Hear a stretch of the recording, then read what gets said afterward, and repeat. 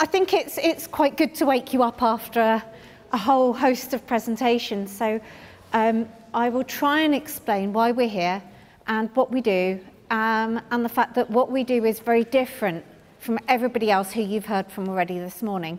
Now, it may not be relevant to you, but it might be. I'd like you to approach it with an open mind.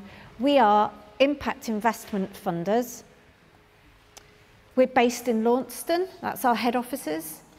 We look after £350 million of other people's money, and mostly we look after that in the form of property that we've invested in, residential property, which we then lease out to charities to provide housing for homeless people and people with learning disabilities or women who need safe homes.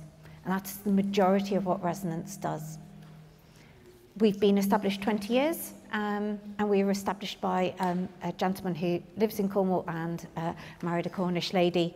We're now a team of over 60 across the UK. We're a B Corp, so we're a social enterprise ourselves. However, we don't just work on property. We have an element to Resonance which are called impact labs. Yeah. Thank you. The impact labs are the part of our business that works really in the community and with community and social enterprises on the ground. And I'm a member of that team. I work on our enterprise investment aspect, but I'm going to talk a little bit through about our Community Developers Fund first. I don't work on this fund, so I have limited knowledge, but I'll do my best to explain it to you. Now, the purpose of the Resonance Community Developers Fund is about supporting community groups to build and own their own assets. Those assets might be buildings, they might be residential property that's affordable, or it might be something like a renewable energy installation or a sports hall or hub. They can help with planning costs and development costs and getting those projects up and running from scratch, so from a greenfield site. But the form of funding will be in the form of repayable finance. So if you are, for example, thinking of taking over a community sports centre or developing a new one, that will in time hopefully be generating an income, and you will be able to repay the funding that has been made available by a community developers team. It might be, and is often in the form of a community share offer, which is where you go out to your local community and you offer them the opportunity to take some ownership of the business and to purchase shares in the business, which are different, subtly different to those that you get on a big share offer on the public market. It is about community ownership. So everybody who puts money in gets one vote on the running and operation of that enterprise, regardless of how much they've invested. So our community developer team, as I said, they can provide development finance and support with pre-development costs, with grants, and they invest primarily in housing, sports and leisure and renewable energy. They mostly work with community benefit societies, but they have worked with CICs and will certainly talk to charities and trusts. I've talked about community shares. So I'm part of the Growing Enterprise Funds team. We have delivered and completed on 3 funds based in the west of the UK, mostly in the southwest, and I'm personally based in Cornwall and have done a lot of investments within Devon and Cornwall themselves, a lot in Plymouth, a number in Cornwall, and I was explaining to a gentleman earlier about some that we've completed in St Austell, for example, and I'll go through some case studies in a minute. We have invested approaching £10 million into enterprises, and on average, we've invested around £63,000. So I'm part of a fairly small team, and if you come and want to talk to us or work with us, it is a one-to-one relationship. The difference between a social impact investor and a bank is that it is about how we work with you. We want to understand the community group, the social enterprise, And we want to know the impact that is being made by that community group or social enterprise, and it has to be within one of the impact areas that we're working on. However, unlike grant funders, we are agnostic about how you generate your income, as long as it's not sort of military or tobacco. We're agnostic about it. We are encouraging you to generate a surplus so that you can repay any finance we've made, but also because we believe in long-term sustainability. I'm a trustee of a charity, and I came from a charity background before I came to Resonance. Grants are great, but they will not and cannot necessarily always support organisations indefinitely. So part of the purpose of social impact investing is that you get to recycle the income that you use. So when I raise investment, I pay it out, I make the loans out, the money comes back, and we can then lend it out again to another organisation. So we keep recycling that capital, and we can keep delivering more and more impact, community good for the same amount of money. Whereas if it's a grant, it's gone.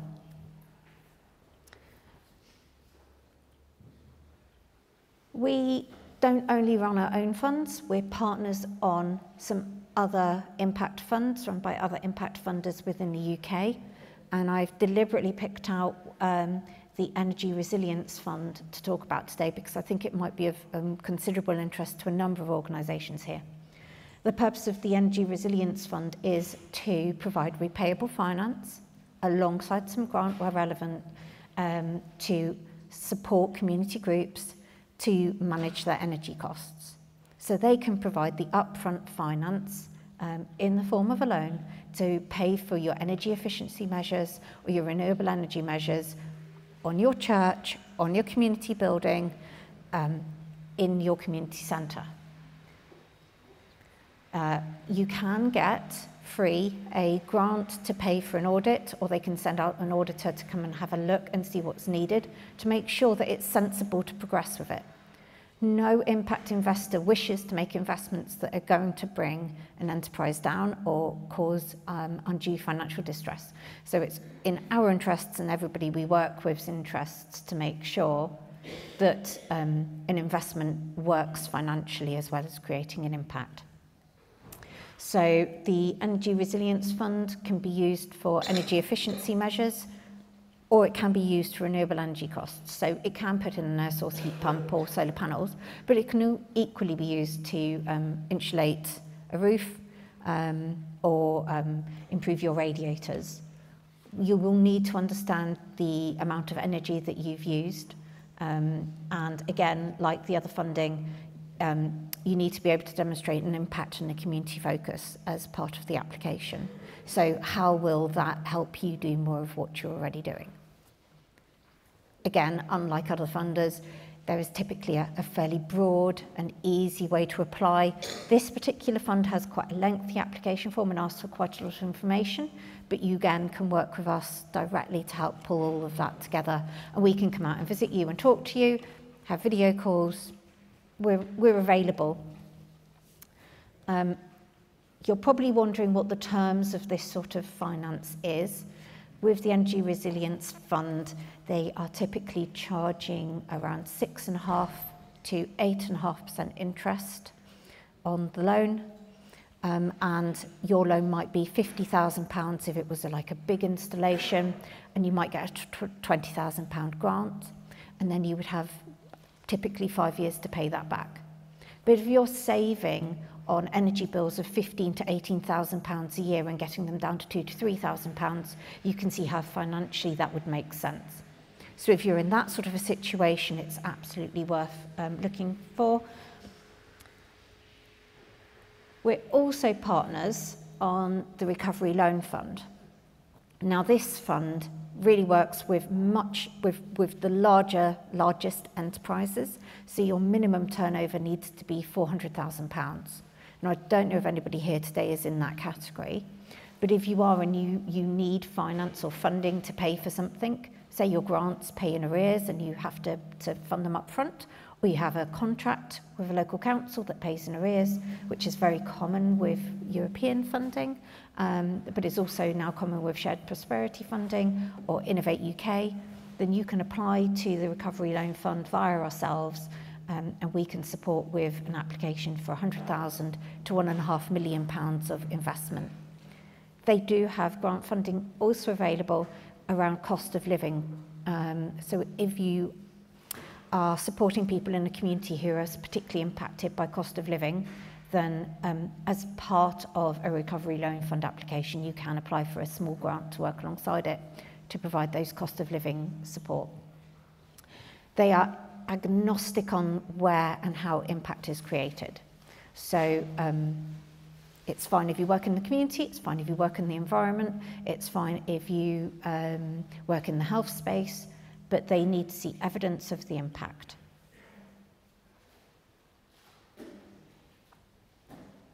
And then we have a fund forthcoming, which is the Residents Enterprise Impact Fund. We are taking inquiries for this at the moment, but it's not yet live to make investments. So we are looking for enterprises, social enterprises, charities, community groups who are making impact in one of three areas, which are tackling socioeconomic inequality. By that we mean things like, are you working with people who are disadvantaged to help them get back into work? Are you providing them with training? Are you working with low-income families to help them generate, find ways to become more resilient? And, for example, are you getting a contract from the council to help you do that? Are you improving health and well-being? So sports facilities, community sports tracks, but also domiciliary care we've funded, where it's community-led, but it might be an innovative new tech application. And supporting a just transition to a low-carbon economy, which is a bit of a mouthful, but basically means anything involved with green areas, green spaces, low-carbon innovations. It is place-based investment, so we're specifically looking for social enterprises based within our core areas, which are the South West, the West Midlands and the North West. And we're taking an integrated EDI approach. So we are specifically working with external inclusion partners to work with enterprises who might be led by people who are less likely to approach us for funding, be that due to race, sexuality or disabilities, and they can work directly with organisations who meet those criteria to support them through the process.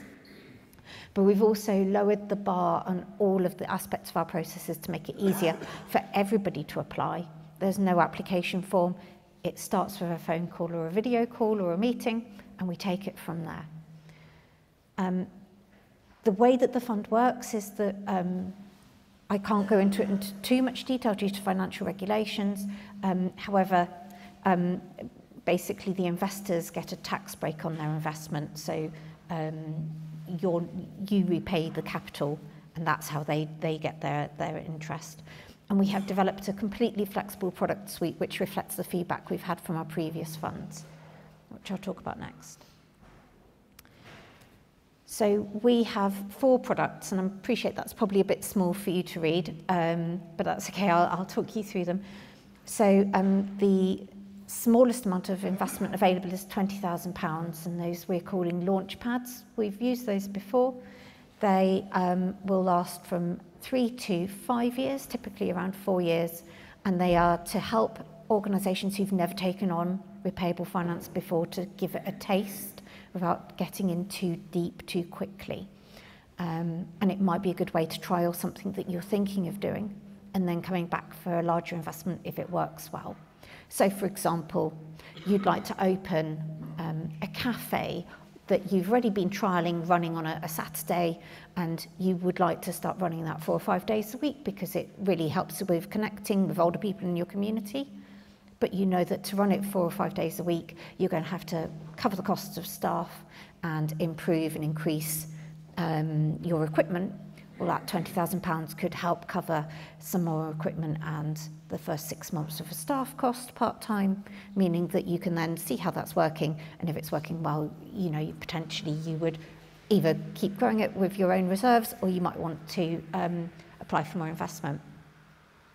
That has a fixed 7.5% interest rate.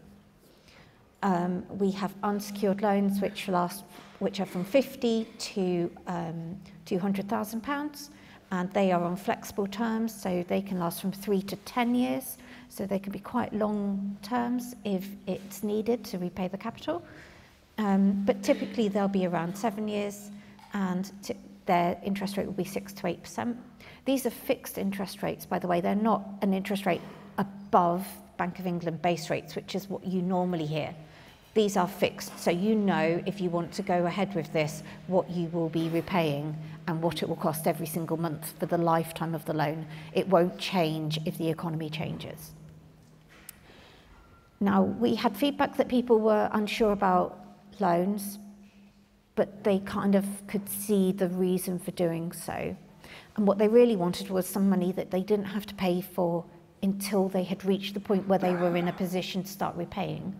So we have a revenue share agreement, and that does what it says on the tin. We invest £50,000 to £100,000. You start and develop or grow the enterprise, the trading that you're doing, and then when you hit a certain turnover, you pay us a percentage of your turnover until you've repaid the capital plus a certain level of interest.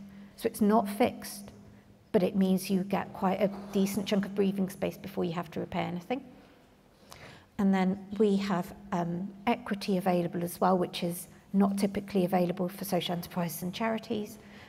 But for KICs limited by shares, we can have a look at an equity investment as well.